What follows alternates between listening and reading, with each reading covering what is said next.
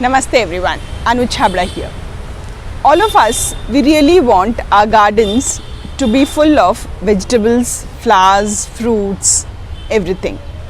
But to some extent, we feel that we are facing some challenges, that sometimes the flower drop is there, or even if the flowers are blooming, they are not really good in size, or you can feel that the bloom is not perfect.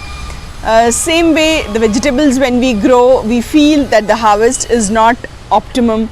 So we have to understand that the stage when the plants are ready to bear flowers or fruits, they need few components.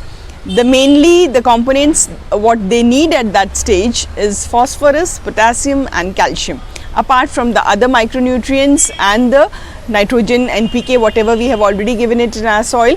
So the maturity stage, when the plant is ready to bear flowers and fruits, we have to supplement few additional fertilizers.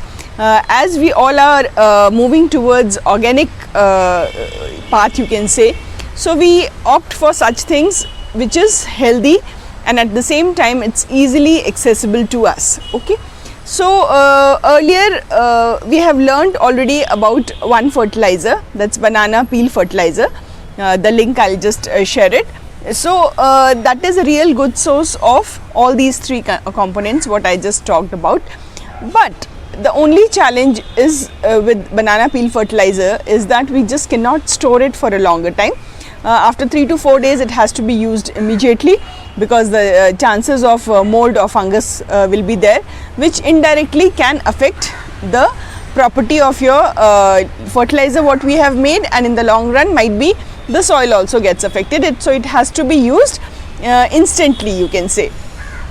Today we are going to learn two fertilizers which is again made up of bananas only, which can be stored for a longer time, so that as and whenever we have time from our working busy schedule, we can give it to our plants. So there is you can say comparatively more shelf life as what we had made banana peel fertilizers.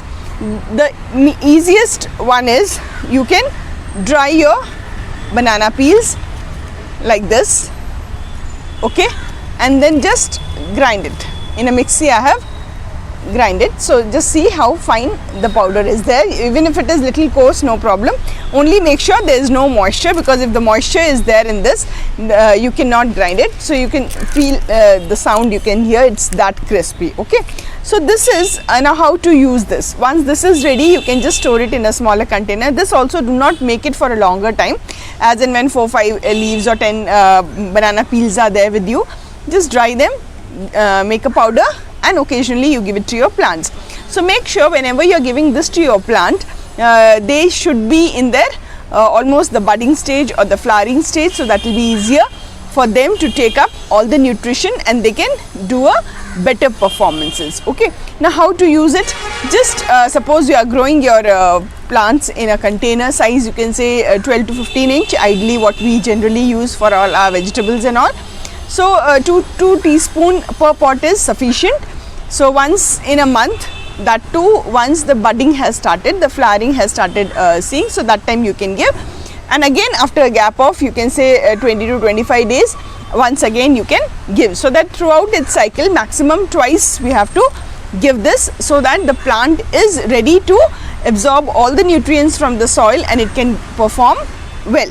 Now one more method of using bananas which is still more effective, and it can be stored for a longer time, and it is really, you can say power wise, it's a real superpower, you can say, at the stage of flowering and fruiting for the plants.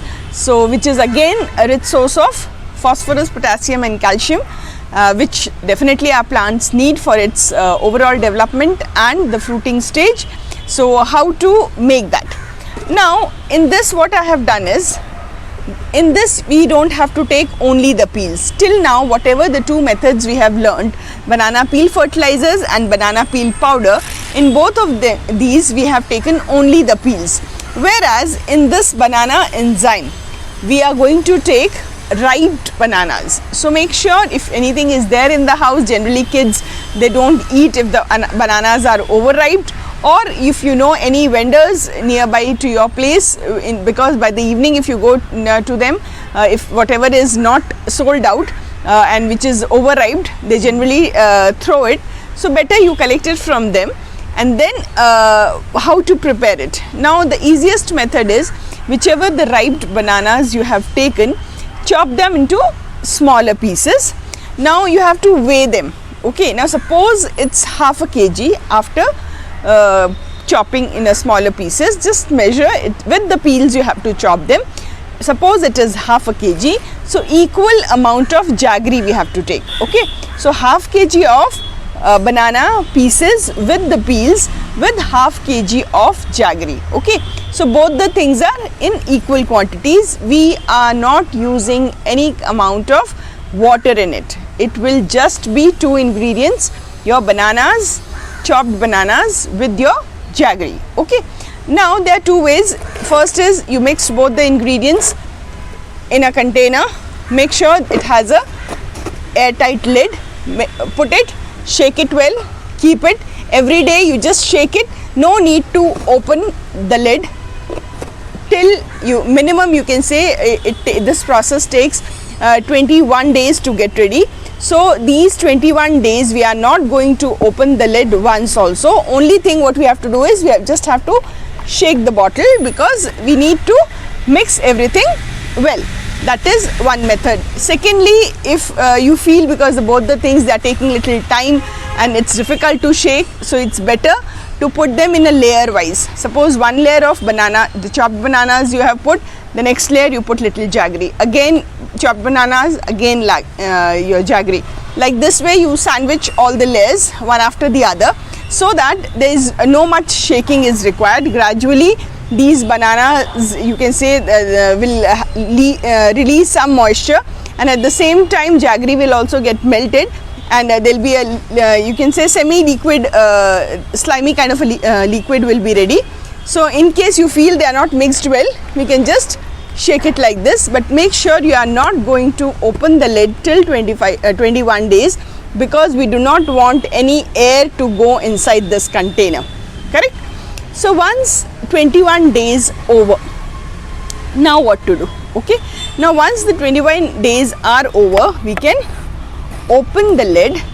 We can see it should be right now, yeah, it's almost done. Few pieces you can see it will be there.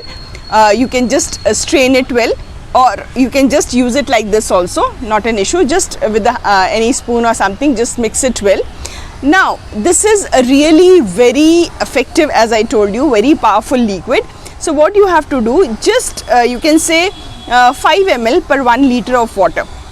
You can put it, mix it well, and you can use it both the ways. Either you can use it as a foliar spray, or you can put it in the soil. Both the ways it's very effective for the plants, and it attracts too much of butterflies and pollinators to your plants also. So the pollination will also will be very nice. And the storage, you can say minimum 6 months you can store it really well. After that also it has a good shelf life, but try using it within 6 months.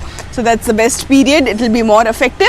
So people who do not have time, generally making the banana peel fertilizer, what we have learnt earlier, because the duration time, the storage time is little less. So this is an ideal thing. Or this banana peel powder, this 1 teaspoon to 2 teaspoon depending on your pot size, you can give it once in a month. Even the application of this should be once in a month. Once when they are in the budding stage, the flowering is about to happen, and once after that, once in a again after a month. So in the entire cycle of a plant, you can say twice if you give, it's more than efficient. So thank you for watching me. So we'll keep coming with something new, something interesting. Thank you.